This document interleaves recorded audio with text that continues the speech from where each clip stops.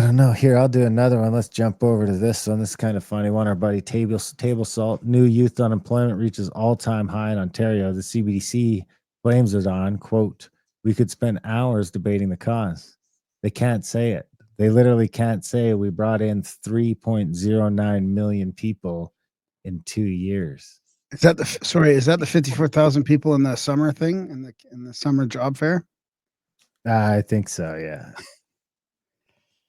When you look at 1 in 10 in the city looking for work, 54,000 people applying for 5,000 jobs at the CNE, what's driving these unemployment rates? There is so much. Like, we could spend hours talking about what this, what the source of all of this is. I think the biggest things that we're seeing is a fundamental shift. Do you think we need to spend hours talking about I can't even listen to this. It's infuriating. Just right there. Her voice, the way she's talking about it, it's just gross. In what do you think that we need to spend hours talking about the different causes for this? I think we need about 30 seconds. The labor needs are.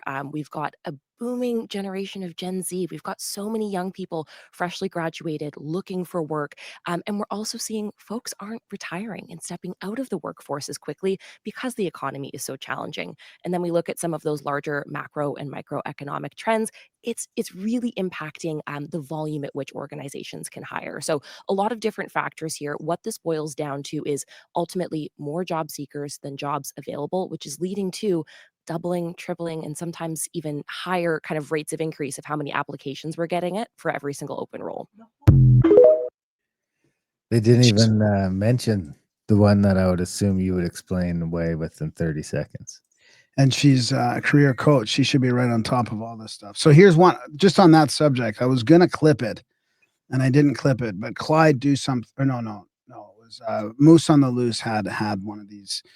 It was about the applications for the temporary foreign workers, right? So one of these young kids offed himself because he ended up finding out that he got this job and then he got let go, or he didn't get a job because one of these temporary foreign workers came in and took the job away or something. But he had applied for so many of these things, like hundreds of these things, right? And it reminds me of the kids that I know here and stuff.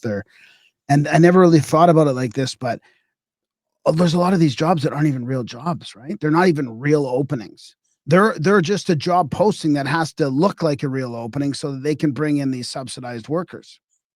So the companies so kids are applying to all these jobs that they think are openings when they're not really openings.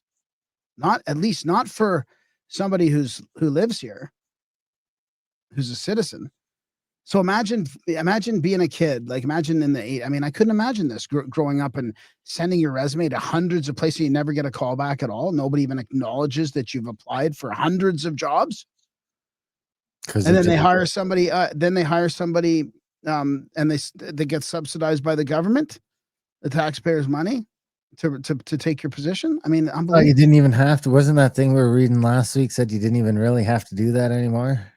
There's a bunch of loopholes where you don't even have to pretend you're trying to hire someone anymore. You can just do it. I think maybe, but it's by industry, I think. So no clip for that though? No.